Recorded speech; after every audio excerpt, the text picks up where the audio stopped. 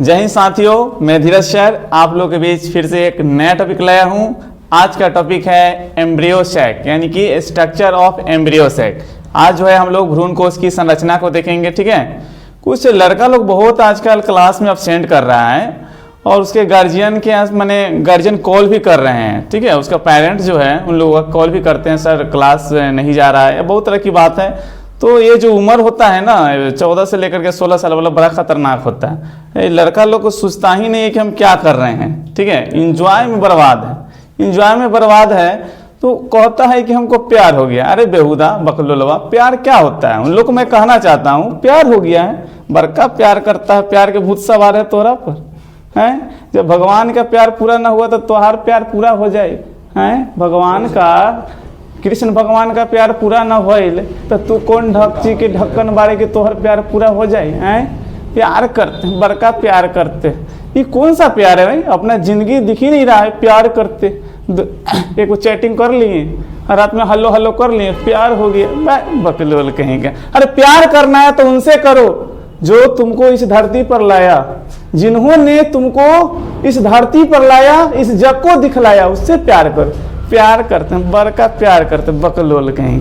तो आइए हम लोग देखते हैं। और ये लड़कियां सब छटपटाता ज्यादा है ना, ये उम्र ही है ऐसा, उसका दोष नहीं है, कुछ उम्र का ही दोष है। ठीक है, जो समझदारी, इस उम्र में समझदारी रहते हुए भी जैसे 80% लड़के लोगों ने दिमाग में क्या वायरस हो जाता है, पता ही नहीं चलता है कि हम क्या कर रहे हैं नहीं कर रहे हैं, उसका परिणाम बाद में पता चलता है। ठीक है, तो आप लोग जो है ना थोड़ा सा समझ के चलिए और ठंडक दिमाग से सोचिए कि यह जो कहने का मतलब यही उम्र होता है, इसमें जो है जो कंट्रोल करके चलता है, यानी कहने का मतलब है कि रिलैक्स होकर के ठंडे दिमाग से सोचता है और अपनी समझदारी से काम लेता है ना, वो लाइफ में कुछ कर पाता है। अभी हाई हेलो के चक्कर में करेगा, फटलका जीन्स सब भौंत छिलवा के हिन्ने हुन्ने साइकिल से हरिया कट मारब तो वही चल जाइए 3 नंबर गियर में। ठीक है, तो अभी जो है समझदारी से काम लीजिए, यही उम्र होता है लाइफ बनने का।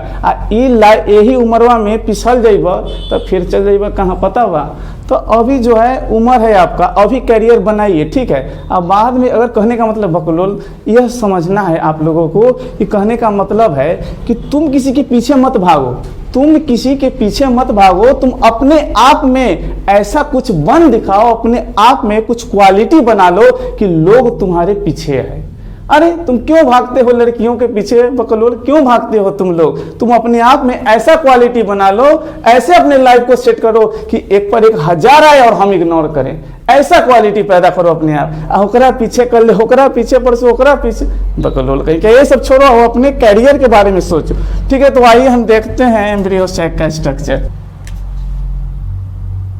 तो यह जो है इसका स्ट्रक्चर है, यानी कि एम्ब्रियो सैक का स्ट्रक्चर है, यानी कि भ्रूण कोश की संरचना है। भ्रूण कोश तो आप जान चुके हैं कि पहले अंडाशय होती है यानी ओवरी होती है, यानी कि जो फ्लावर होता है, जो फूल होता है, उसमें क्या होता है फीमेल पार्ट पिस्टिल होता है, उसके नीचे जो फूला हुआ भाग होता है, पार्ट होता है, उसको हम क्या कहते हैं ओवरी अंडाशय कहते हैं। और अंडाशय में ओवरी में क्या होता है ओव्यूल होता है यानी बीजांड होता है, और बीजांड के अंदर जो होता है एक प्लेट का संरचना होता है यानी कि भ्रूण कोश होता है, यानी एम्ब्रियो सैक होता है। तो यह जो है फीमेल के यानी कि जो फ्लावर का फीमेल पार्ट है पिस्टिल, ठीक है, उसमें क्या होता है ओवरी अंडाशय होते हैं, और अंडाशय में क्या होता है ओव्यूल होता है यानी कि बीजांड होता है, और बीजांड के अंदर का होता है तो एम्ब्रियो सैक होता है। यह क्या चीज का स्ट्रक्चर है? यानी कि एम्ब्रियो सैक का स्ट्रक्चर है, जो कहाँ होता है ओवरी के अंदर बीजांड होता है, ओव्यूल होता है, ओव्यूल के अंदर क्या होता है एम्ब्रियो सैक होता है। ठीक है, तो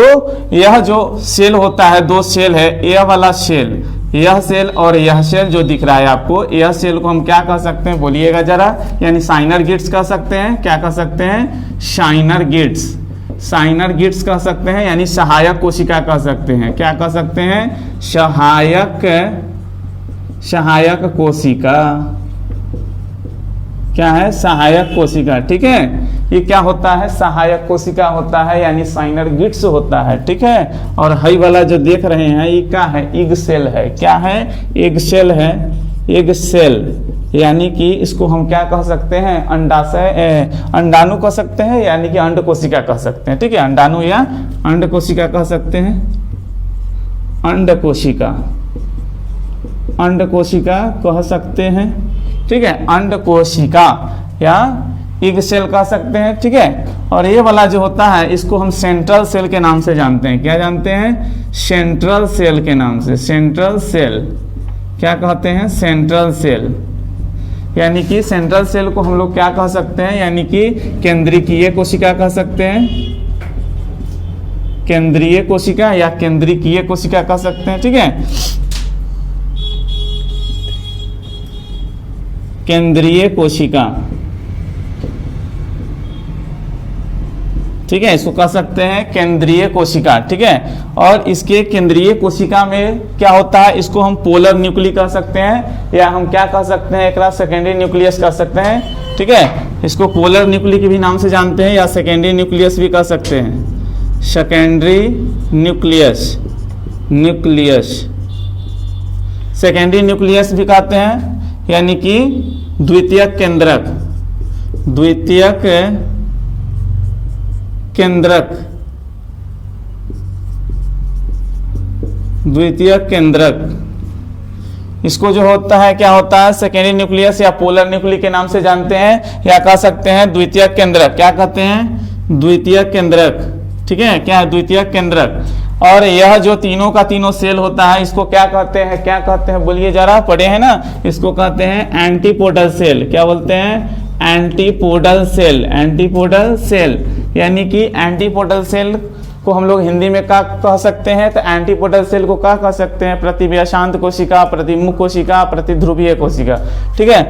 इसको आप लोग कह सकते हैं प्रतिध्रुवीय कोशिका, प्रतिध्रुवीय कोशिका, प्रतिध्रुवीय कोशिका के नाम से भी जाना जाता है। प्रतिव्यासांत कोशिका, प्रतिमुख कोशिका, ठीक है, प्रतिध्रुवीय कोशिका, ठीक है। एंटीपोडल सेल, तो यह जो था आपका स्ट्रक्चर था क्या चीज का? यानी कि एम्ब्रियो सैक का स्ट्रक्चर था। जो यह क्या है?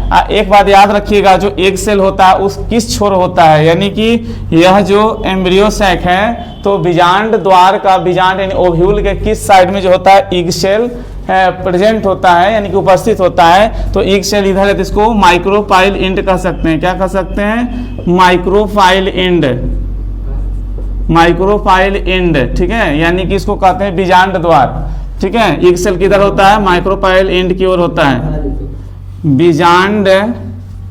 बीजांड द्वार की ओर जो होता है स्थित होता है। इस छोर को हम क्या कहते हैं? बीजांड द्वार कहते हैं। माइक्रोपाइल एंड यानी बीजांड द्वार, जिसमें एग सेल जो होता है अंड कोशिका किधर स्थित होता है? बीजांड द्वार के किस तरफ होता है? तो आपको याद रखना है कि अंड कोशिका किस छोर पर है, किस एंड पर है? तो बीजांड द्वार की ओर है, यानी माइक्रोपाइलर एंड की ओर है, ठीक है। तो अब जो है यह सेल के बारे में अगर पूछा जाएगा कि बताइए एंटीपोडल सेल जो है यानी प्रतिध्रुवीय कोशिका बीजांड द्वार के माइक्रोपाइल के किस छोर की ओर स्थित होता है? तीनों कोशिका। तो आप बता सकते हैं कि यह कोशिका जो होता है यानी कि चलाजा एंड की ओर या चलाजल एंड भी बोला जाता है इसको, ठीक है। चलाजा या चलाजल एंड भी बोलते हैं, चलाजल एंड, ठीक है। इसको हम कह सकते हैं निभाग द्वार की ओर, ठीक है। क्या है इसका हिंदी? निभाग द्वार, निभाग द्वार किधर होता है? निभाग द्वार की ओर होता है, यानी कि चलाजल एंड की ओर, ठीक है। चलाजल एंड या चलाजा एंड कहते हैं। तो आप जो है यह पूछा जाएगा स्ट्रक्चर कि बताइए एग सेल अंड कोशिका किधर होता है? तो माइक्रोपाइल या माइक्रोपाइलर एंड की ओर होता है एग सेल। और तीनों ये जो सेल है एंटीपोडल सेल वो किधर होता है? तो चलाजल एंड की ओर होता है या चलाजा एंड की ओर होता है, ठीक है। तो फिर मिलते हैं नेक्स्ट वीडियो में।